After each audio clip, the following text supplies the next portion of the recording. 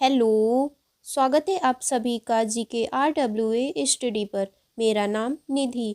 आज के वीडियो में हम डिस्कस करने वाले हैं हिंदी के टॉप 30 ऐसे क्वेश्चन आंसर जो कि सभी परीक्षाओं के लिए महत्वपूर्ण रहेंगे। तो आप लोग वीडियो को शुरू से अंत तक ज़रूर देखिएगा और 30 में से कितने क्वेश्चन का आंसर आप सही कर पा रहे हैं अपना स्कोर हमें कमेंट बॉक्स में ज़रूर बताइएगा। तो चलिए अब हम शुरू करते हैं फर्स्ट क्वेश्चन से। श्रृंगार रस का स्थायी भाव क्या है? बताइए, श्रृंगार रस का स्थायी भाव क्या है? रति। श्रृंगार रस का स्थायी भाव रति या तो प्रेम होता है। मेरे तो गिरधर गोपाल दूसरा न कोई, जाके सिर मोर मुकुट मेरो पति सोई। प्रस्तुत पंक्ति में कौन सा रस है? श्रृंगार रस। मेरे तो गिरधर गोपाल दूसरा न कोई, जाके सिर मोर मुकुट मेरो पति सोई। इस पंक्ति में श्रृंगार रस है। सर्वश्रेष्ठ रस किसे माना जाता है? बताइए, सर्वश्रेष्ठ रस किसे माना जाता है? श्रृंगार रस को। सर्वश्रेष्ठ रस श्रृंगार रस को माना जाता है। रस के कितने अंग हैं? बताइए, क्वेश्चन नंबर 4 का राइट आंसर क्या होगा? 4 अंग हैं। रस के 4 अंग हैं: स्थायी भाव, विभाव, अनुभाव और संचारी भाव।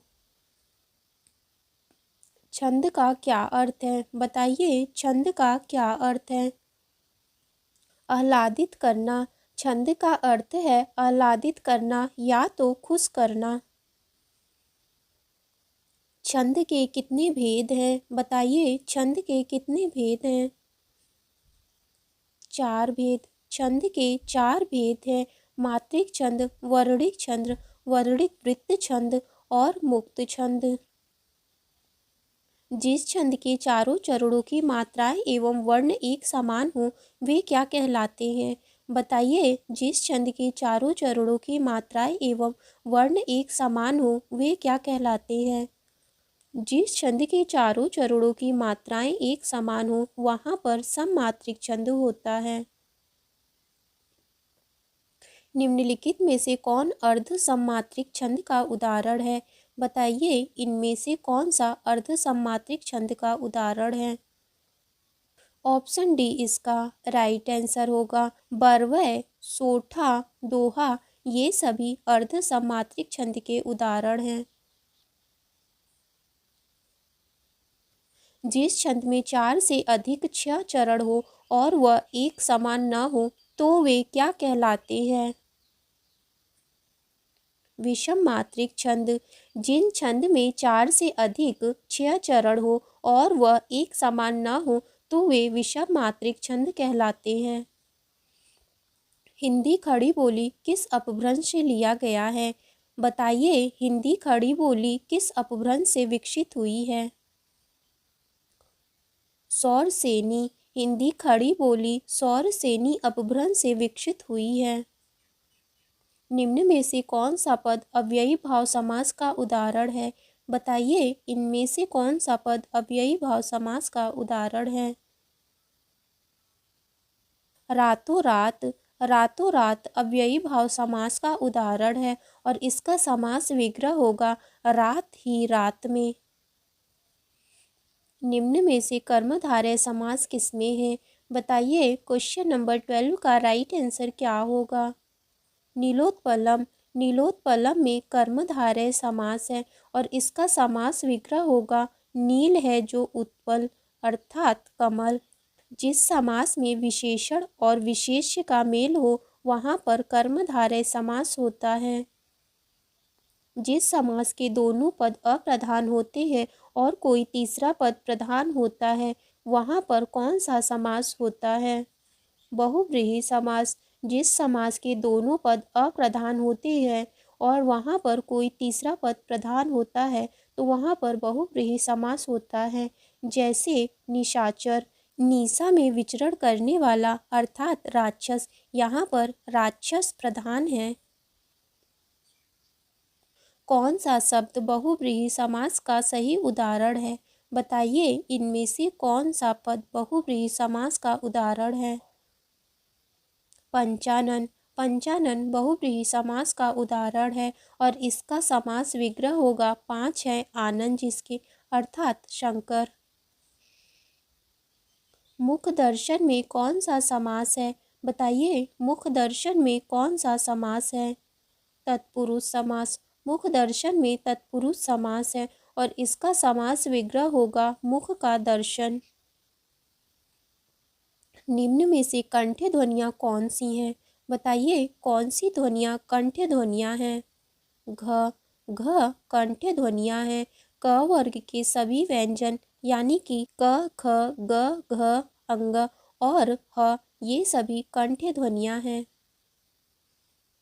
अघोष वर्ण कौन सा है? बताइए, कौन सा वर्ण अघोष वर्ण है? स अघोष वर्ण है। पगड़ी शब्द निम्न वर्गों में से किस वर्ग में आता है?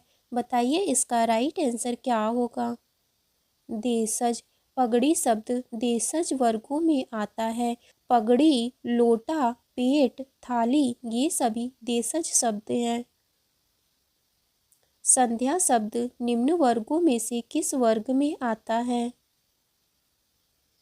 तत्सम। संध्या शब्द तत्सम वर्ग में आता है। ऑर्डर शब्द निम्न वर्गों में से किस वर्ग में आता है?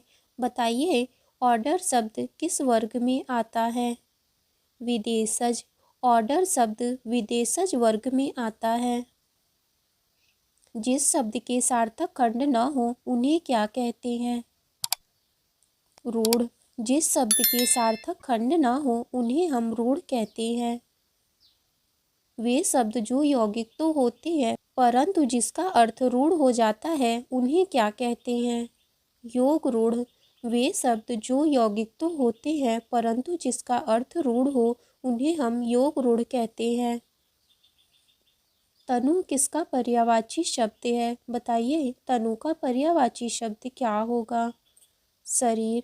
तनु शरीर का पर्यायवाची शब्द है और शरीर के अन्य पर्यायवाची शब्द देह, अंग, गात, काया है। दामोदर किसका पर्यायवाची शब्द है? बताइए, दामोदर का पर्यायवाची शब्द क्या होगा? कृष्ण। दामोदर कृष्ण का पर्यायवाची शब्द है और कृष्ण के अन्य पर्यायवाची शब्द मुरलीधर और राधा रमण है। विहंग किसका पर्यायवाची शब्द है? बताइए, क्वेश्चन नंबर 25 का राइट आंसर क्या होगा? पक्षी। विहंग पक्षी का पर्यायवाची शब्द है और विहंग के अन्य पर्यायवाची शब्द खग, पखेरु, परिंदा और पतंग है। एकता किसका विलोम शब्द है? बताइए, एकता का विलोम शब्द क्या होगा? अनेकता। एकता का विलोम शब्द अनेकता है। ऊधम किसका विलोम शब्द है? बताइए, ऊधम का विलोम शब्द क्या होगा? विनय। ऊधम विनय का विलोम शब्द है। इनमें से कौन सा शब्द समूहवाचक प्रत्यय नहीं है? प्रेस। प्रेस समूहवाचक प्रत्यय नहीं है। व्यवस्था से पूर्व कौन सा उपसर्ग लगाएं कि उसका अर्थ विपरीत हो जाएगा? अ। व्यवस्था से पूर्व अ उपसर्ग लगाएं तो उसका अर्थ विपरीत हो जाएगा। मोक्ष की इच्छा रखने वाला, इसके लिए एक शब्द क्या होगा? मुमुक्षु। मोक्ष की इच्छा रखने वाला, इसके लिए एक शब्द है मुमुक्षु। भुजंग किसका पर्यायवाची शब्द है? यह आपका टेस्ट क्वेश्चन होगा। इसका आंसर आपको कमेंट बॉक्स में ज़रूर बताना है। तो आज की वीडियो आपकी यहीं तक थी। वीडियो अच्छी लगी हो तो लाइक करें, शेयर करें। अगर आप चैनल पे नए हैं तो चैनल को ज़रूर सब्सक्राइब करें।